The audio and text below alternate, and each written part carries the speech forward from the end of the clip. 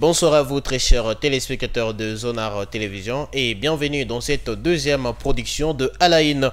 Nous allons revenir sur les sujets qui font l'actualité ce soir en République démocratique du Congo. D'abord, les retraits de la SADC en ville de Goma exigés par les M23 qui demandent que la SADC se retire immédiatement parce que les M23 soupçonnent la SADC d'être des mèches avec les FARDC et les Wazalendo qui ont éventuellement attaqué la ville de Goma la nuit du 11 avril dernier.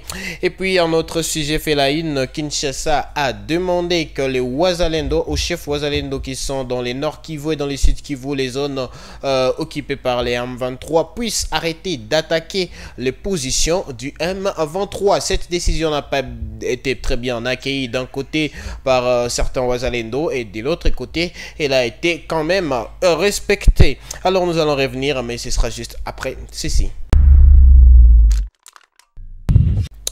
Et alors, pour commencer, nous allons prendre la question du retrait de la SADC de la ville de Goma après l'attaque survenue sur la ville le 11 avril dernier. Le chargé de communication du M23 a exigé, en accord avec son mouvement, que la SADC puisse se retirer sans délai de la ville de Goma parce que la SADC est soupçonnée d'avoir participé activement à cette attaque en aidant les Wazalendo et les FARDC FDLR aussi qui ont attaqué la ville de Goma. Ça c'est la partie du M23, mais la SADC de son côté a réfuté toutes ces accusations. Je vais vous lire un communiqué de la SADC, la communauté de développement de l'Afrique australe. La SADC a pris connaissance avec une profonde préoccupation du contenu d'un communiqué officiel publié le 12 avril 2025 par l'Alliance Fleuve Congo et le mouvement M23 qui affirme que la mission de la SADC en République démocratique du Congo, Samir DRC, aurait mené des opérations militaires conjointes aux côtés des forces armées de la République démocratique du Congo, des forces démocratiques de la libération du Rwanda FDLR, ainsi que la milice Wazalendo à Goma contre les M23. La SADC rejette donc fermement ces allégations et la Samir DRC n'a participé aucunement aux opérations conjointes telles que mentionnées. Ces affirmations sont inexactes et trompeuses. Conformément au mandat donné par les sommets des chefs d'État de gouvernement de la SADC, la Samir DRC est actuellement en train de procéder au retrait structuré et coordonné de la République démocratique du Congo. La SADC a enfin réaffirmé son engagement envers les accords conclus lors de la réunion de consultation tenue le 28 mars 2025 à Goma entre la SADC et la direction du M23. L'organisation reste donc résolue à soutenir les efforts pacifiques à tous les niveaux.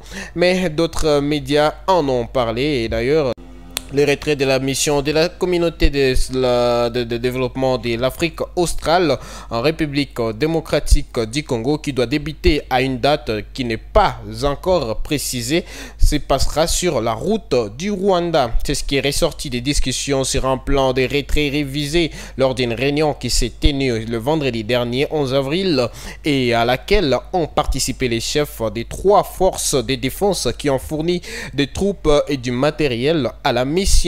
Il s'agit des généraux Ruzani Machwaba, force de défense, Jacob Nkunda de la Tanzanie, Pipo Défense et de Paul Firi de la Malawi Défense Force.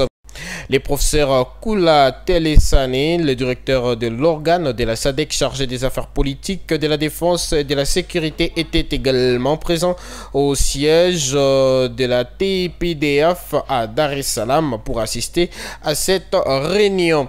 Donc voilà, la SADC a rejeté ces allégations, mais a bien sûr continué à suivre son plan de retrait conformément d'ailleurs à la réunion de la SADC tenue avec la direction du M23.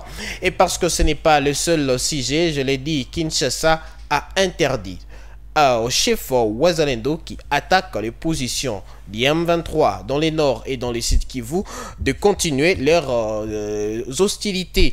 Et cette décision de Kinshasa n'a pas été très bien accueillie parce que de groupes Wazalendo sont aujourd'hui divisés. Et d'ailleurs, aujourd'hui, la radio Okapi a rapporté qu'il y a eu des altercations entre deux fractions Wazalendo.